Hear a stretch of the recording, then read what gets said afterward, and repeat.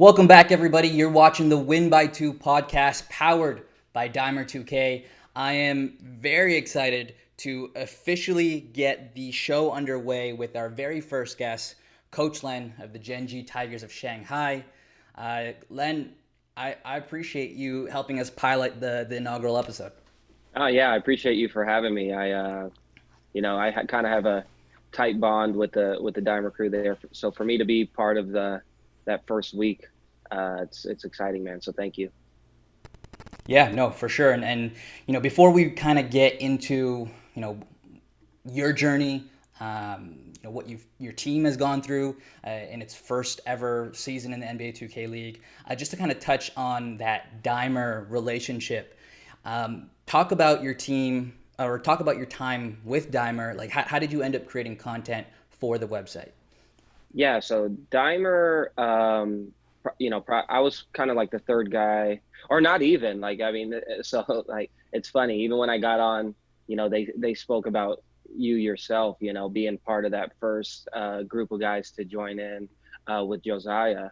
And then you took a little break yourself. Uh, and so, Josiah ended up transcending it into more so like more of a news outlet as far as like breaking news and stuff like that. And that's really when I took notice of it. Around that time, I was still trying to qualify for the league as a player.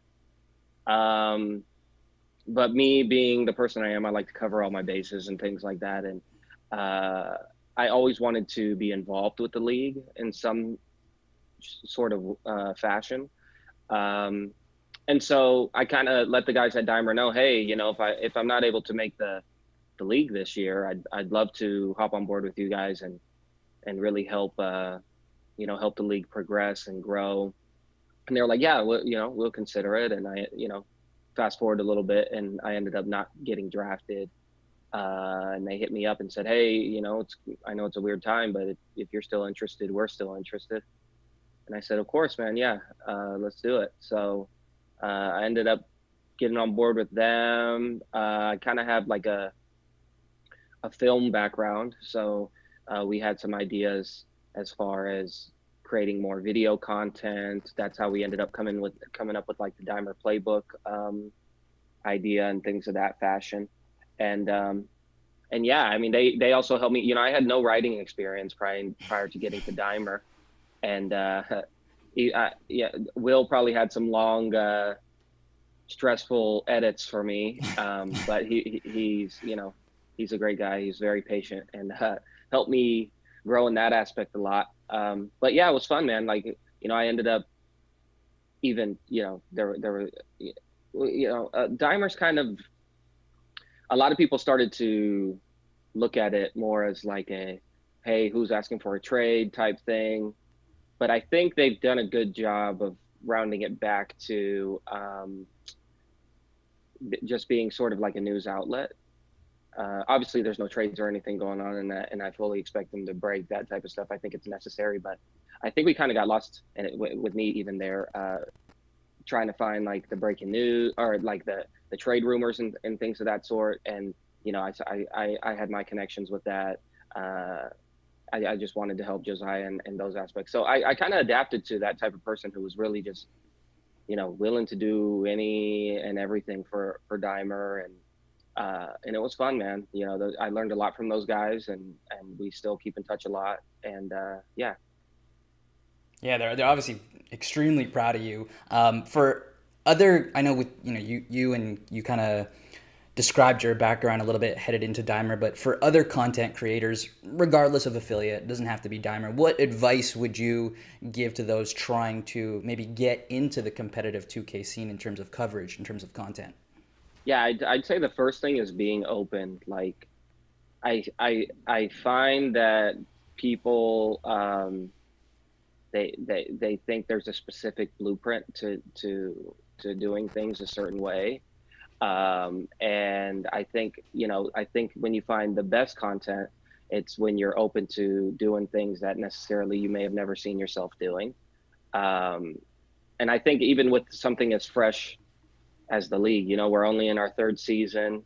Um, no one really has the right answers. No one really has the right content ideas. You kind of just throw things at a wall and hope it looks cool, you know? And yeah, even for yourself, like I love the whole, film breakdown you're doing with the Raptors. Like I think that stuff is just, I love um seeing different perspectives of like people's, breakdowns of what they see is happening. Like that's the stuff I really like. Like lists are cool, power rankings are cool, they're all necessary, but I think when you find, you know things you can really voice your opinion on and give people perspective, as to why things look a certain way, why the league is trending in a certain way. I think I think that's when you're really finding that good content. Right, that diversity of content, I think I agree with you, will kind of elevate the quality and progress the quality of the coverage that the 2K League gets. Yes, speaking of progression, you know, moving past Dimer, you eventually move into a front office or a coaching position. How did that opportunity come up with Gen G, and just kind of talk about that process? Yeah, so I mean, as I was saying, I've always had aspirations of being a part of the league. Being with Dimer was really more so covering the league, and I was fine with it. But I'm a little older than people, who I'm a little older to just do kind of things for free for my whole life. So I always had aspirations of you know finding some sort of career in the league, and so I was persistent and my efforts as far as like finding different ways to get inside, specifically the league. There was a couple other coaching opportunities that I interviewed for, made it to third, fourth stage, and then was declined. So I,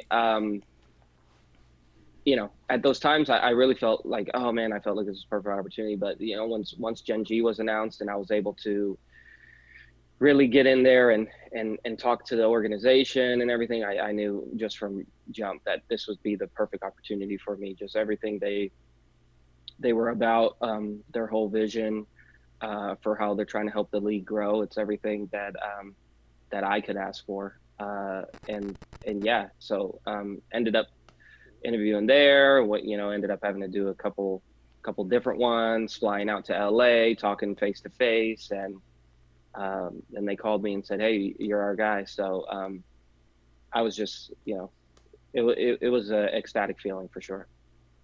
Yeah, of course. Moving to, you get the job, you're part of this brand new franchise, and then you now have to tackle the draft and all the challenges that come with putting together an expansion team. What went into the thought process for you, and what, like, just basically what was your approach, behind the general makeup of the roster? Like, what did you want to accomplish? um I could act like I'm some sort of genius and I knew what it looked like, prior to it happening. But with the draft, you kind of just you have an idea of how it's going to go. You have an idea of how you want it to go, and then there's how it goes, And so coming in, I know I definitely wanted guys who were talented. I wanted guys who could adapt, can adjust. Looking at the first two seasons, you saw meta changes, even from season one to season two, totally different games. From season two to season three, totally different games. I want guys who, I could find, longevity in, and guys who could figure it out, game heads, as people in the community would call them. So that always off rip, that was really what I looked for in guys I was interviewing, guys I was scouting.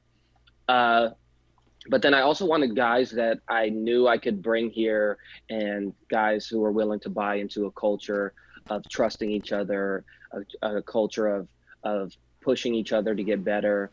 I think when you look at the best teams in this league throughout the history of it, as short as it is, you have that. You have guys who are willing to hold each other accountable. You have guys who are willing to trust each other. And I think we started off. great with that. Turn up. We selected him in the expansion draft. They selected him prior to hiring me, but even when they selected him, I'm like, man, that's such a great pick. He and I even have some history playing pro am together and stuff, and I Hmm. think Hmm. that's even carried over into our player coach relationship. Like, he's been a great leader, a great guy for us. Transitioning to a new organization, I don't think people realize how difficult it is going from one of the best teams in the league to then starting fresh and hoping that you can figure it out. And I say hoping because you don't really know the direction of the franchise when you first get picked there, um, and just hoping that it turns into what you've been a part of before. And we saw it season one from with shots going to from Portland, one of the best teams in the league, to Atlanta, and we saw how that ended up going. Then you had Turnup, who went from the champions to one of the newer teams this year, and hoping that, hey, we can find that same type of brotherhood, same type of success as he found in Minnesota with that new team. Um, so it's been great having him. I think he's adapted really well to sort of becoming that leader. I think when you look at the player he was in Minnesota, he was you know, more so what you would call like a glue guy. Like, Bear was the one on the cameras. Bear was the one doing all the interviews and talking trash to the other teams, and he was just doing his job.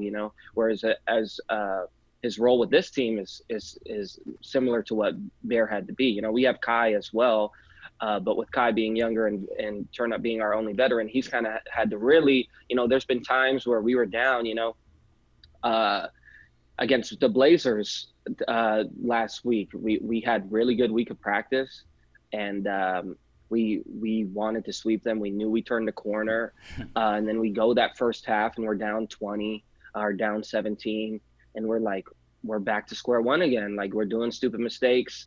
We got to figure this out. And if turn up, he's quiet, but man, he got up and he was very vocal, and you really saw that leader come out of him. So seeing that growth, and we've seen it amongst all our guys this year, but seeing that growth amongst him specifically, it's just exactly what we wanted. And I know I rambled on, sorry, but there's just when you think of the mock-up of our team, it's kind of turned into uh, just something we hoped for, but just it's hard to truly envision it going the way you want it to. So, but it's been great. Like, they're all developing in the certain areas that they're needed and that's necessary, and it's great.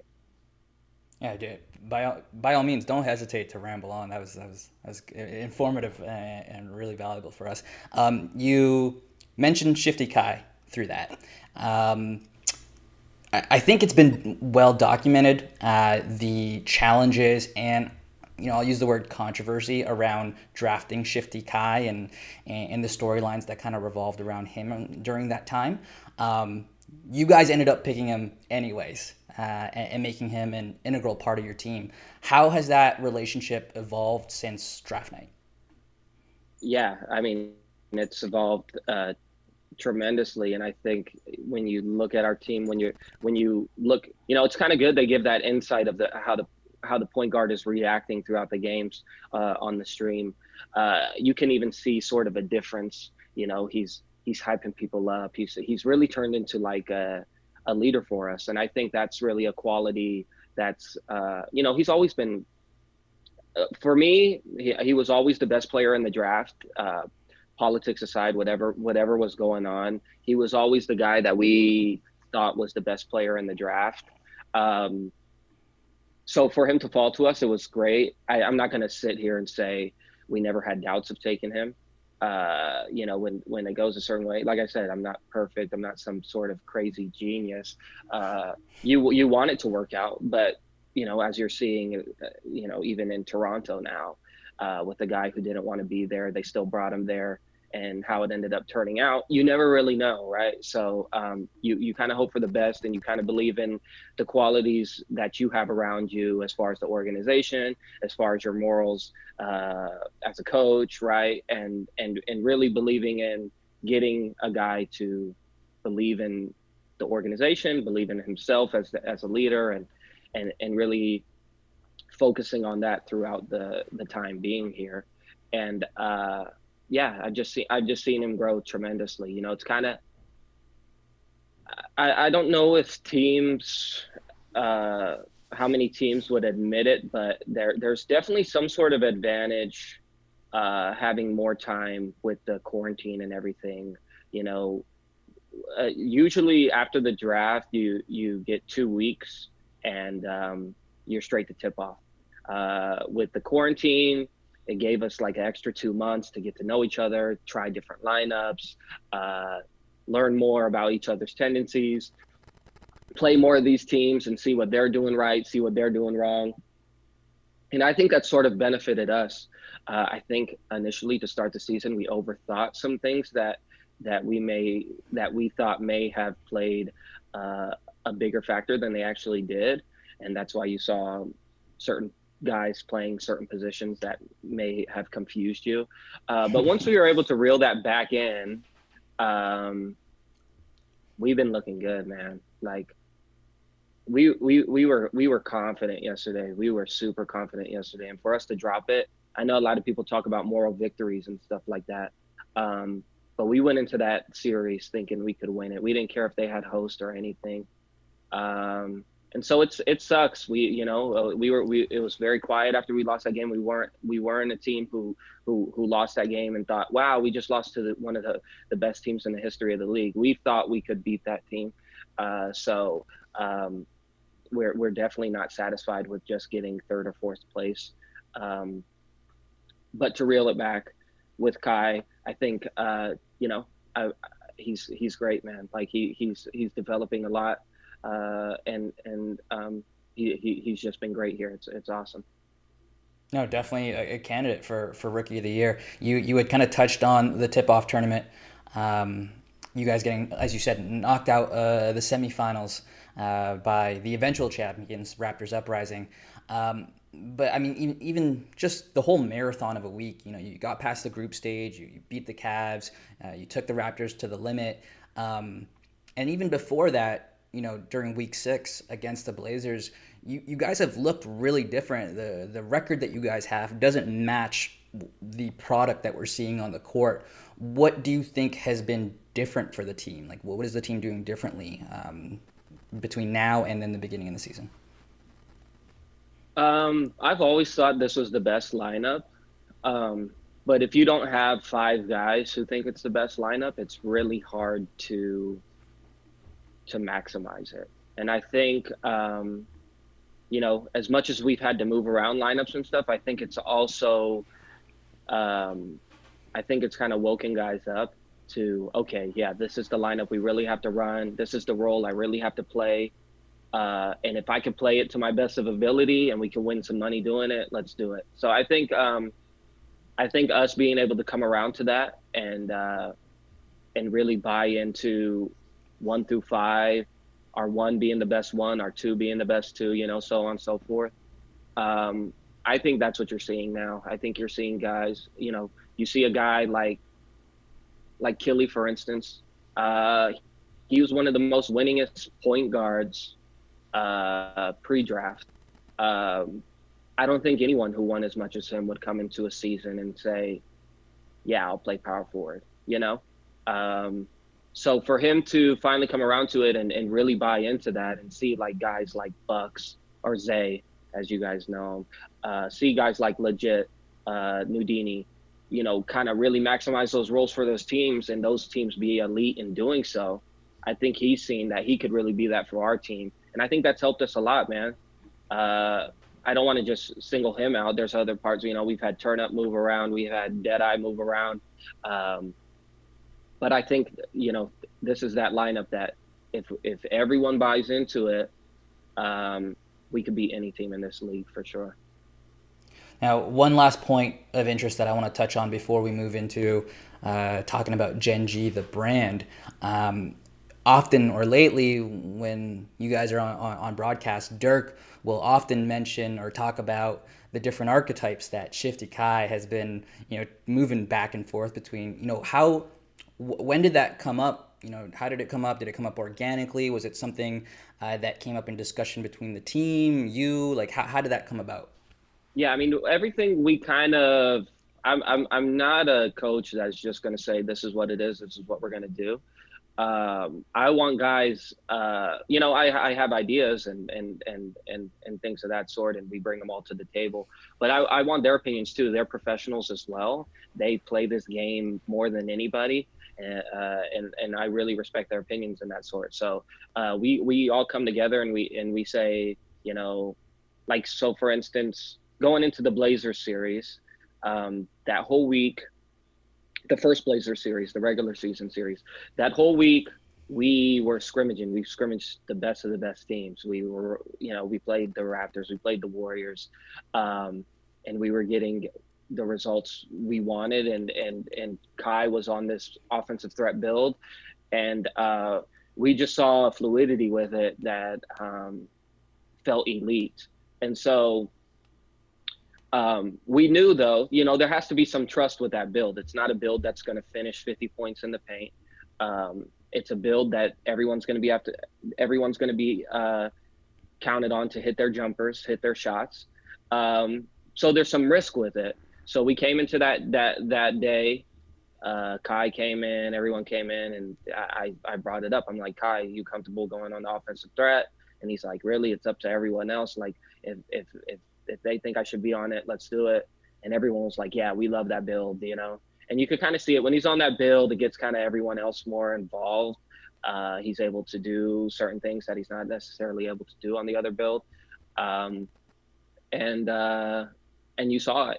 Like, our offense is just, it's so. I mean, our offense is always fast. I think we're probably the highest paced team in the league, even with him on a slasher, even with him on the scoring machine. But with him on this build, man, it's hard because the center step in. If the center steps, we got this thing we could do. We got that thing we could do. I don't want to give up too much because, No. you know, but there's just so much we can do with it. I think we overthink a little bit as far as, like you saw yesterday. Um, he went from scoring machine to offensive threat to score machine. We do that because he's more comfortable on East, on a build that can score in the paint a little bit better in case there's a little bit of the delay on his shot. He can't find a shot. Other guys can't find their shot. But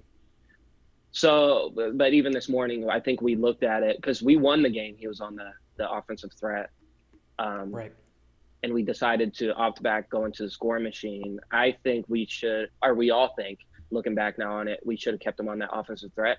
Uh, but I think we just kind of had a little bit of reservations with it just because it was on East. But I think you'll see more and more us getting a little bit more comfortable playing with that build on East as well. But yeah, that's kind of how it's all came from. He's a guy who he's going to find everything out in the game. He's tried every build, every point guard build, probably every shooting guard build as well. And so yeah, I mean, he likes that build. The team likes that build, and that's kind of how he came to it. No, that's great insight, Len. I think we definitely have to touch on the fact that, despite there being, expansion teams in season two and, expansion teams being in season three, you and the rest of the team have the distinction of bringing in the first ever expansion team that doesn't have an NBA affiliate. Obviously, being Gen G, what's it like being the head coach of the first international franchise in the 2K League? It's dope, man. Like, I think so. The perspective of it is like, not affiliated with an NBA franchise, but we're affiliated, or we are a, actual esports company, and our organization, where we're playing next door, the CS:GO. We may be in a regular season game in our room, while the CS:GO team's in a tournament in the room next door. So Really, really. we're like in a facility that's just engulfed in gaming, and I think that's been an experience as well. It's really cool seeing what esports has become. It's really cool seeing how much gaming has become a career possibility, just for so many people. And so to be a part of that's been been pretty amazing. The funny thing with not being affiliated with a NBA franchise, we actually have. Uh, I don't. I'm not sure if he's like what ties he actually has to the company, but he's actually like really close with like the owners. Is Chris Bosch. He actually like 3 weeks ago, I think we were going into the Knicks game. He actually talked with the team over Zoom and was kind of giving us insight on like how the Heat uh, won their championships, kind of the adversities they faced. So it's kind of cool. Still not even having like the ties to NBA to an NBA franchise, we still were able to kind of get one of the NBA guys out to talk to us and stuff, and that's been pretty cool too. So, but yeah, all in all, man, just being part of like just a gaming organization, uh, they're great, man. And I think even for them, like seeing like the whole NBA 2K side of things, it's been really cool for them to experience as well. Because they're so used to Overwatch and League of Legends, Mm-hmm. CS:GO. Seeing this different aspect, we're screaming in that room, man, and it's kind of like a different vibe when we're on and going. Yeah, no, exactly. Two more questions. You guys proudly took the first player to ever be drafted from China, Lucky Wesley, I believe. How important was it for the organization to be able to at least, lead the way with promoting the sport and the league in general on a global scale? Because we know the NBA prides itself on being an international brand. So how big was that for you and the rest of the Gen G team? I mean, it's huge. I mean, even for me, prior to getting to Gen G, I've always been an advocate for international prospecting, international talent. I think with even when you look at the growth of the NBA, the reason it's so big today, drafting Yao Ming, the superstars like Giannis, Luca, like those guys are integral for where the NBA's growth has gone so far today. And so I think coming into the league, I've always been adamant or just more so in favor of more and more teams taking the international talent serious. It's kind of unfortunate with you know uh, yeah how online play works, and these guys aren't really able to showcase their talent against top tier American talent.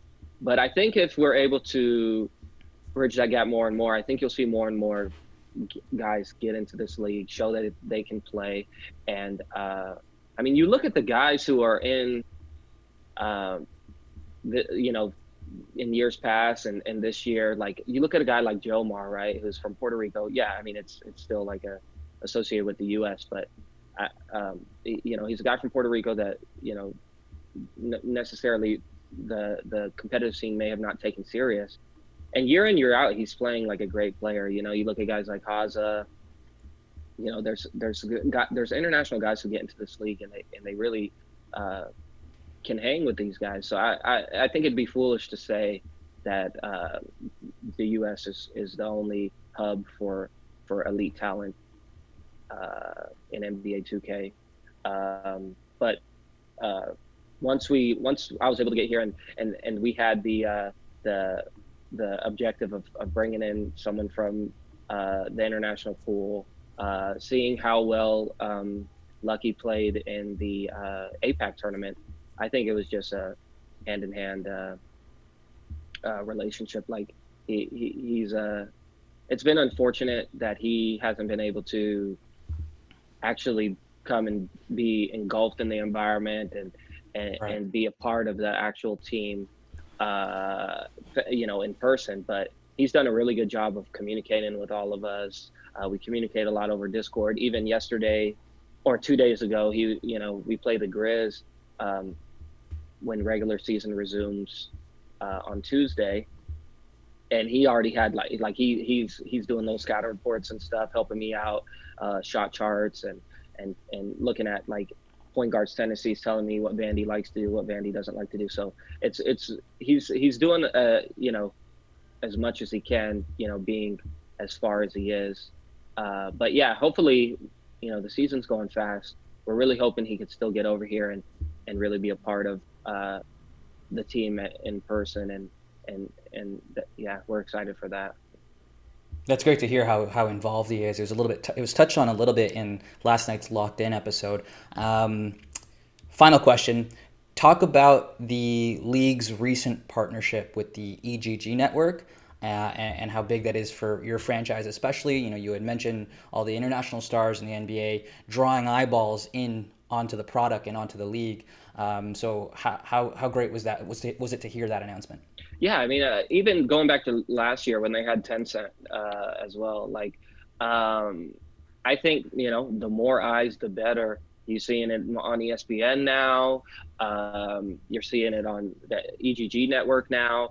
That stuff's huge. You want more eyes, you want more interest, and whatever you can do to make that happen. I'm always for that. Um, I think when you look at esports, Asia is huge. Like Asia's really the market that favors esports. They you look at like what League of Legends is doing out there, and even like Overwatch, all those things. Um, you want, if you're NBA 2K, you really want to dive into that market. So here in Tencent last year, EGG this year, it's always exciting news in my opinion. Yeah. Now, a lot of big things happening for you, Len. A lot of big things happening for your team. Uh, that pretty much wraps up our chat. Thank you so much. It was very generous of you to kind of for you to kind of give us the time that you did today. Yeah, no, thank you, man. And I love what you guys are doing over there at Dimer. Obviously, love all the stuff you're doing with like the Raptors and all that stuff. So yeah, I'm tuned in, man. I love the content. Thanks for having me. Yeah, I appreciate the kind words. The Gen.G Tigers of Shanghai are going to be back in action as the NBA 2K League resumes its regular season schedule in Week 7. You guys are going to take on the Grizz Gaming. It should be a good one on Tuesday. Len, real quick before we go, where can we find you on social media? Yeah, so I'm on Twitter at Len_2K. Yeah, that's pretty much where you'll find all things 2K League with me. Awesome. We'll take a quick break here, but right afterwards, we'll be bringing on our additional guests. You're watching the Win by Two podcast powered by Dimer 2K. We'll see you after the break.